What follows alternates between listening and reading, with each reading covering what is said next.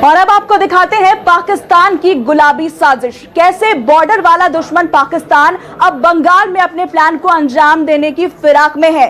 बंगाल चुनाव में पाकिस्तान ने कागज के टुकड़ों को अपने षड्यंत्र का हिस्सा बनाया है और इसके जरिए वो अपने नापाक मंसूबों को अंजाम देने की फिराक में है। तो क्या है पाकिस्तान की गुलाबी साजिश, आप भी देखिए।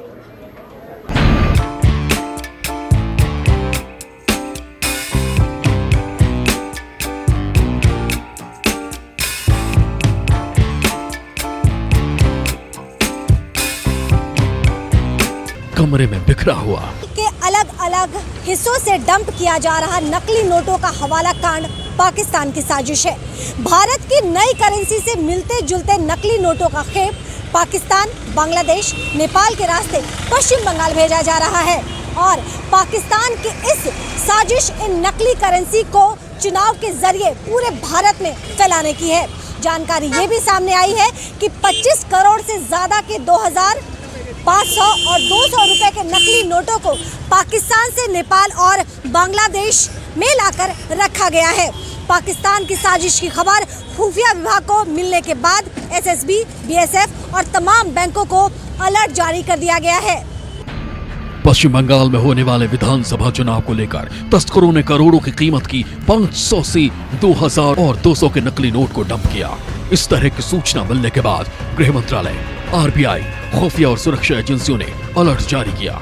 पश्चिम बंगाल में होने वाले विधानसभा चुनाव में भी तस्करों के द्वारा नकली नोट को खपाने की योजना है। यही वजह है कि तस्कर पहले से ही पश्चिम बंगाल के सीमाई इलाकों में नकली नोट की खेप को डंप करने में जुटे हुए हैं। पाकिस्तान ने हमेशा चाहा है कि भारत में आतंकवाद, अलगाववाद इस तरह का फैलाया जाए और ख़ास करके उसको सहन नहीं होता। जैसे जब से कश्मीर में धारा 370 को हटाया गया है, 35A को हटाया गया है, वो इस प्रकार की कोशिशें। लेकिन हमारे सुरक्षा बल, हमारी सेना, हमारी पुलिस बल सभी अपने आप में सक्षम हैं, उनका मुंह तोड़ जवाब देते हैं। और पाकिस्तान इस प्रकार की कोई भी कोशिश करेगा तो आने वाले दिनों में पाकिस्तान का खात्मा होने वाला ही तय है।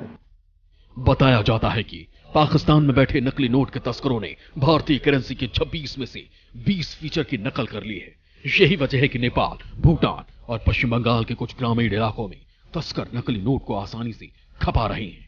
नकली करेंसी को पहचानना आप लोगों के लिए बहुत मुश्किल होता है। यही वजह है कि पाकिस्तान मासूम लोगों के जरिए अपनी नापाक साजिश को अंजाम देने में जुटा है। पाकिस्तान में बैठे नकली नोटों के तस्करों ने नोटबंदी के महज 6 महीने के बाद ही नकली करेंसी बाजार में भेज दी थी और अब सीमावर्ती इलाकों में होने वाले चुनावों ने पाकिस्तान को मौका दे दिया है। हमारा प्राइम मिनिस्टर मोदी जी है, मोदी जी पर भरोसा रखिए। हमारा जो सीआईएसएफ है, बॉर्डर सिक्योरिटी फोर्स है, वो हमारा पूरा हमारा विश्वास है, हमारा भरोसा है। ये पाकिस्तान जो चाहेंगे वो होने वाला नहीं है, क्योंकि पश्चिम बंगाल में जो बॉर्डर है, नेपाल, भूटान, बांग्लादेश जो बॉर्डर है, वो कोशिश कर रहा है पाकिस्तान उस इलाका में बंगाल में घुसे और पश्चिम बंगाल में तजनज करने की कोशिश कर रहा है। लेकिन मोदी जी का भरोसा है और सिक्योरिटी, बॉर्डर सिक्योरिटी फोर्स पे हमारा भरोसा है, कोई कामयाब नहीं होगा। नकली नोट को लेकर गृह मंत्रालय के निर्देश पर सभी बैंक प्रबंधकों को नकली नोट की रोकथाम को लेकर कई दिशा निर्देश जारी किए गए हैं। कभी कभी ट्रेंड स्टाफ भी नकली करेंसी को देखकर उन्हें पहचान नहीं पाता, इसलिए बैंकों को हर करेंसी को बारीकी से जांचने के निर्देश दिए गए। सभी बैंकों में नकली और असली नोट की पहचान के लिए डिस्प्ले भी किया गया। लेकिन मुसीबत यह है कि पाकिस्तान के जालसाजों ने असली नोट के 26 में से 20 फीचर्स को हुबहू कॉपी किया है, जिससे असली और नकली नोट के बीच का फर्क बहुत कम हो गया है। पश्चिम बंगाल चुनावों की सरगर्मी को देखते हुए राजनीतिक पार्टियों को भी सतर्क रहने के लिए कहा गया है।